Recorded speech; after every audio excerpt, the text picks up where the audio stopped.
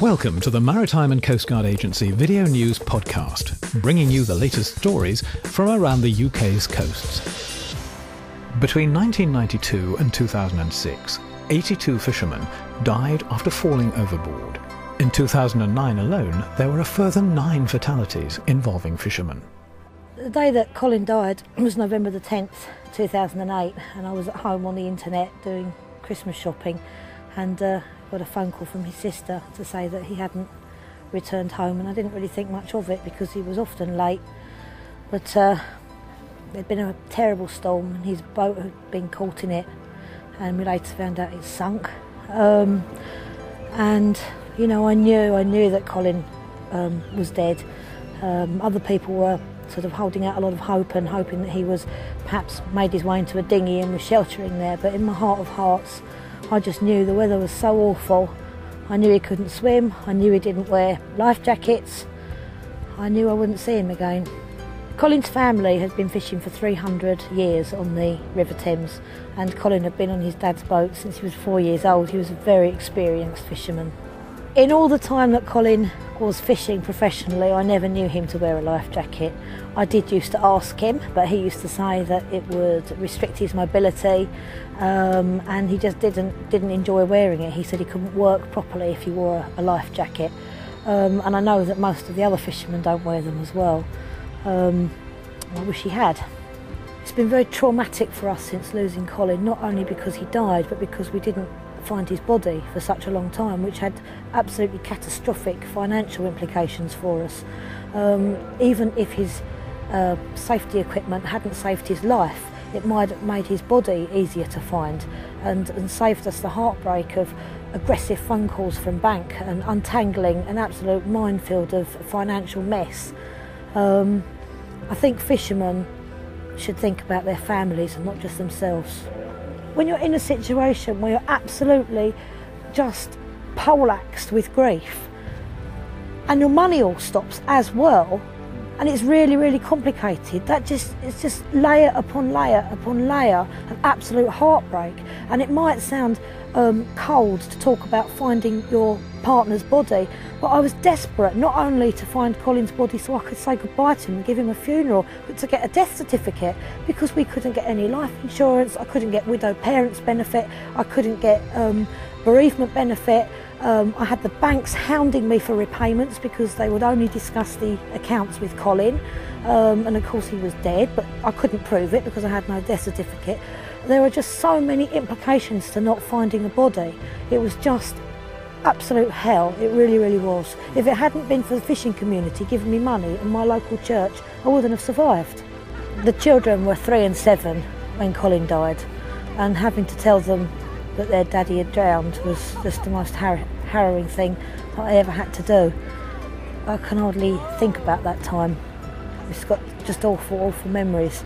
And you know, my little girl asked me why he didn't wear a safety jacket, and what could I say? Apart from, I don't know. Daddy said it made it difficult to work in. It's not much of an answer, is it?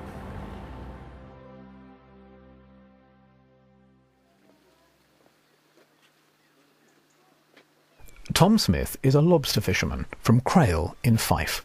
He has a happier story, but he's convinced he has his self-inflating life jacket to thank for that.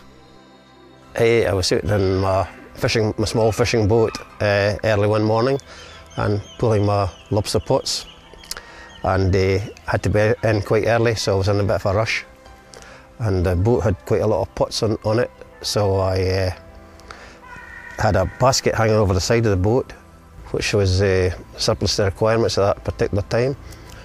And when I put the boat in gear, the basket caught the water and dragged the boat under, which filled up with water within 5 seconds, which gave me no time whatsoever to get my life jacket on. If I hadn't been wearing one there and then, I wouldn't have had time to put it on.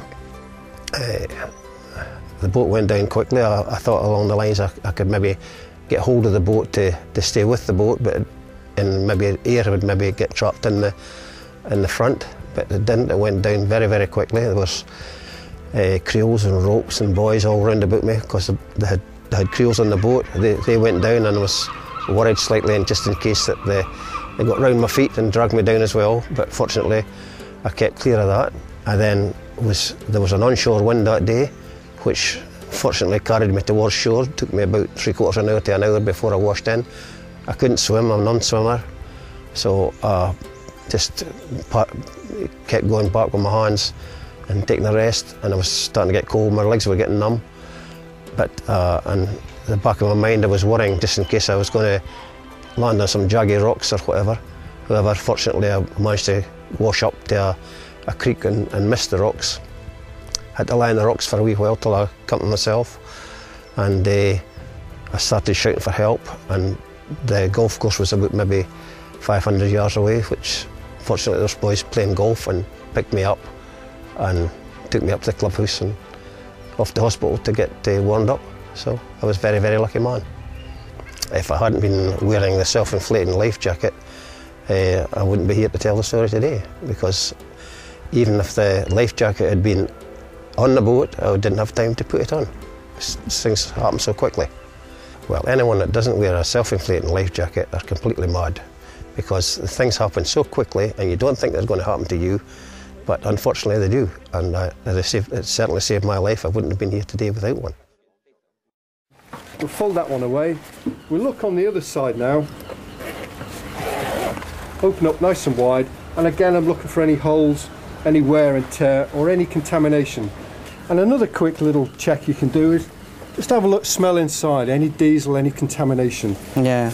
These now, this is the oil inflation tube, and it's most important that you check around the sides there. You can see it's a different colour, yeah, which means it's been heat sealed.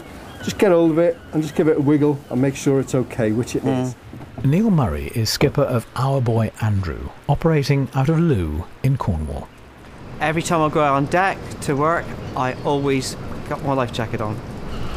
I think what the MCA are doing in promoting the wearing of life jackets has come on in leaps and bounds over the years. So I think it's just a question of time, and the more time that you put into it, the more fishermen will listen. I've been a Coast Guard rescue officer for 15 years. During that time, I've sadly helped recover the bodies of 3 fishermen. There is no doubt that life jackets help save lives. My message to fishermen is, please wear your life jacket.